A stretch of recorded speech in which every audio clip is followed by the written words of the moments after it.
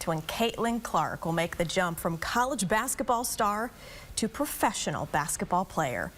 There's a lot of excitement surrounding the WNBA draft, which is taking place in New York.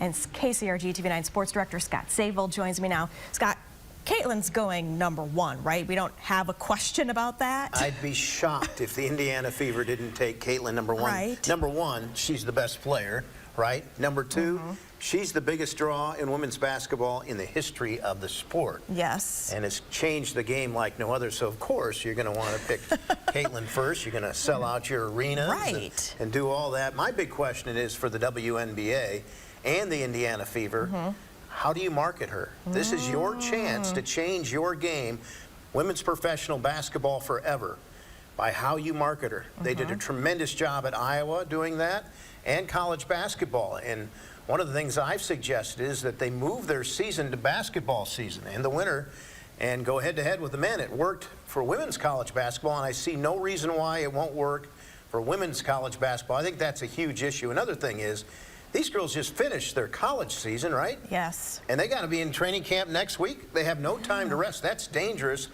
there's a good chance somebody could get hurt. So it makes all the sense in the world to change the season to me, and I think it's going to be a lot of fun to see what they do, how they handle it, because Caitlin is gold.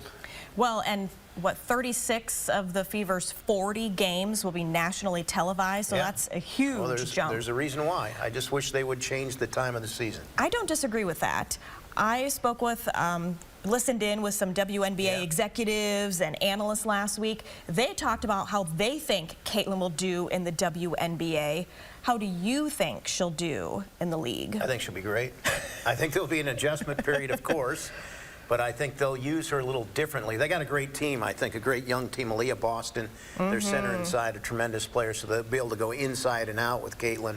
I don't think she'll handle the ball as much. I think she'll be more of a two-guard coming off screens. Okay. And they'll find ways, and they'll have plays to get her shots because there's nobody that can shoot like Caitlin. So that's a big thing. So I think she's going to be terrific.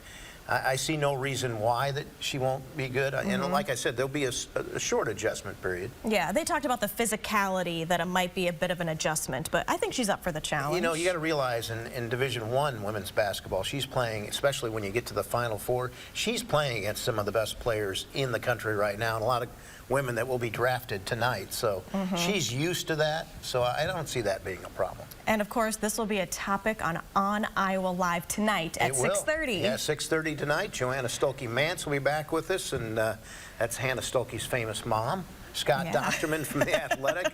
And we'll break down the draft and talk about the future for Caitlin and the future for this Iowa women's basketball team. All right, looking forward to that. Thanks, Scott. Yeah.